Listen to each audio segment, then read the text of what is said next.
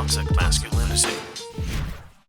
Tucker Carlson says this new poll shows Americans are enslaved. Yeah, this is an interesting take on this. So Tucker Carlson this was not his show. He was on a different show. I guess it's like Fox, the morning show or something like that. America's Newsroom, right? Which I've watched in the past. It's a good show.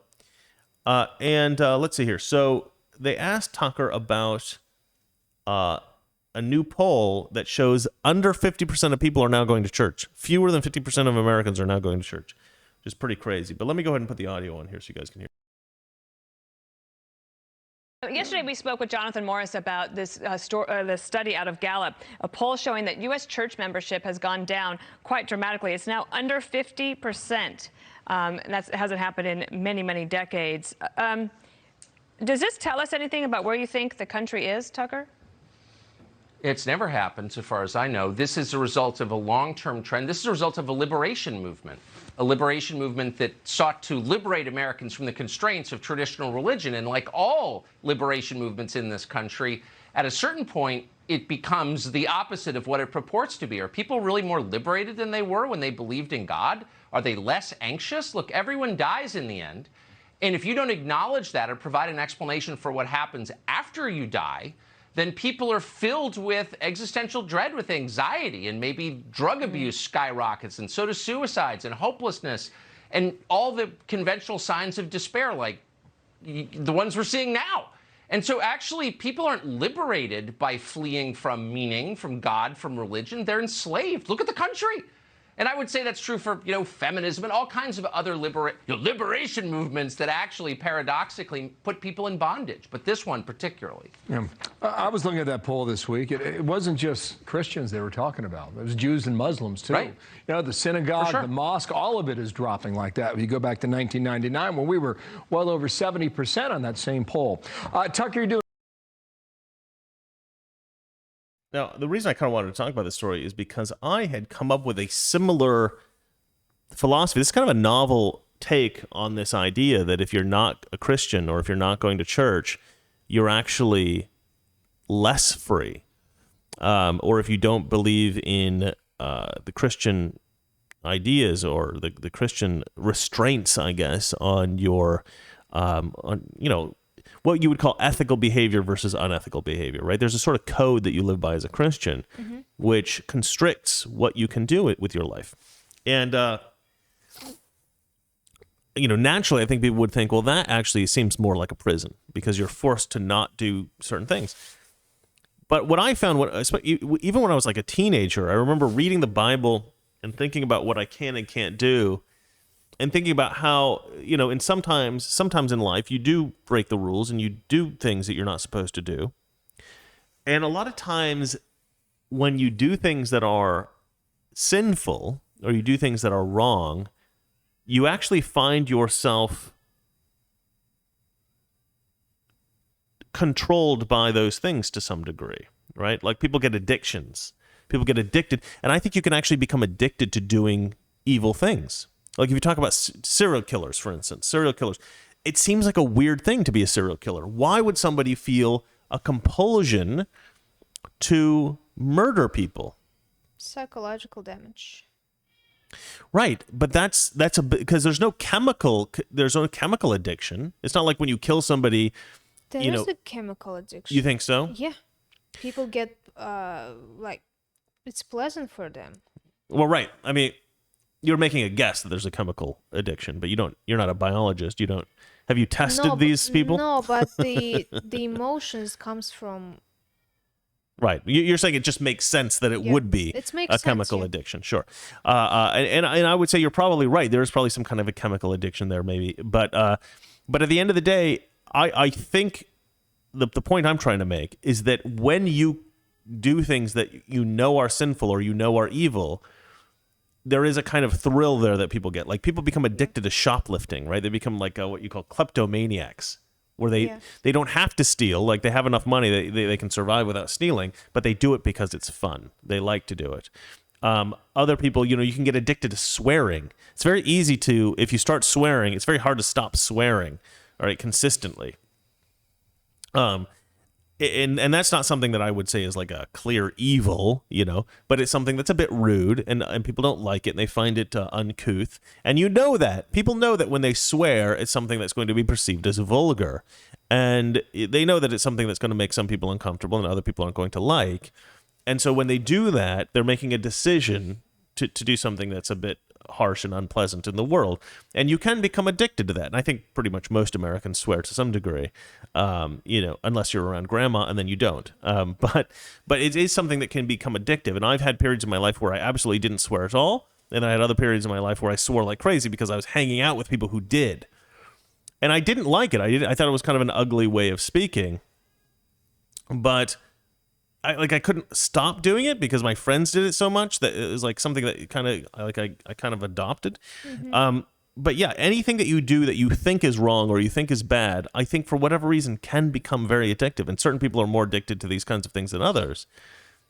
But any kind of addiction is a kind of prison. Anything that you don't control how much you do of, like you feel compulsion to do it and you have to do it, you are sort of imprisoned by that thing. Obviously we're like imprisoned in breathing air, like we have to breathe air, there's certain things that we're imprisoned by that don't actually constrain us in terms of our freedoms in life.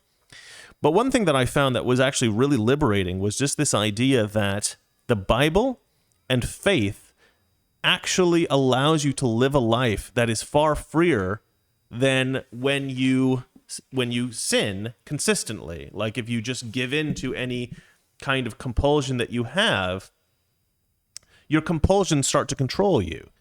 And, a lot of people think that there is that, a lot of atheist type people don't think there's a God. They think everything is just our own, just our own world. It's all just sort of random things that have happened in the world. So it doesn't really matter what you do. But in the Christian faith, right, there are outside influences, right? There's God, there's the devil, there's evil. Evil is an outside influence. And so if you have this outside influence that's controlling you, if you think about it like that, then you're not only imprisoned by the compulsions, but you're imprisoned by that outside influence that is creating those compulsions in you, right? So you're essentially obeying the devil, you might say, right? Obeying evil. And, even if you don't think like that, even if you don't think it's an outside force, still the concept of these compulsions controlling you, and you not if you want to be a kind of a person like I want to travel a lot, right? Let's say you're the kind of person you want to travel, you want to go have new experiences, but you're addicted to heroin or something like that, right? And so you always just stay inside all the time doing heroin. You spend all your money on heroin. Now you don't have the money to leave, and you don't want to leave because are you going to be able to take the heroin across the, that's an obvious example is something like heroin. But other things can be the same way. You could be addicted to like video games, or you could be addicted to,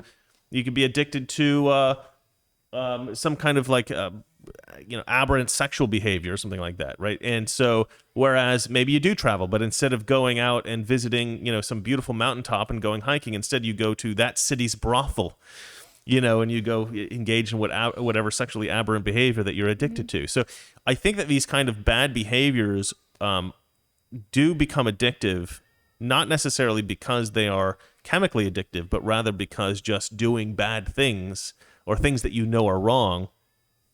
I actually once met a gay guy in New York. I was staying at a youth hostel, and he was like a really nice guy. There was three of us. There was me and this other straight guy and this gay guy, and I was obviously like conservative Republican. The other straight guy was like a far left Democrat, and the gay guy was obviously gay, and he was German, and he was very open and honest about the reasons he was gay, which is really weird. Like to meet somebody who's like, oh yes, I am not gay because I was born this way. I just choose to be gay like this. Like he would just say that. He would just say that openly, and so we asked him like why he chose to be gay, and he said specifically that he liked doing things that were wrong. He liked to do things that he thought were unethical. All his life when he was a kid, he would do things that he believed that were bad, and he was excited by this, and he thought this was a lot of fun. And so when he got older, he wasn't really attracted to men, but he said he wanted to do whatever he thought was the bad thing to do. He thought that was the most exciting thing, the most fun thing. Mm-hmm. And so he became gay as a way of he thought it was a way of enjoying the sort of exciting lifestyle of doing what he thought was the wrong thing. I don't know how common that is for gay men, but I can tell you I do believe that this is a kind of phenomenon within humanity, that we are attracted to doing bad things, and we are attracted to doing the wrong things a lot of times.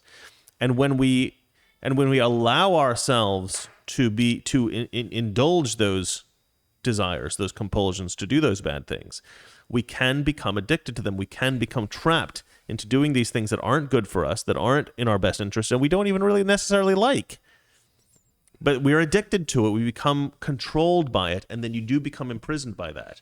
And I do think that when you sort of try to be moral and you try to be ethical, you are actually engaging in a lifestyle that is the most naturally enjoyable in this life. And I think that the Bible and I think faith allows us to better fight against those compulsions and to follow this straight and narrow path of being a good person and doing the right things for us to give ourselves a happier life.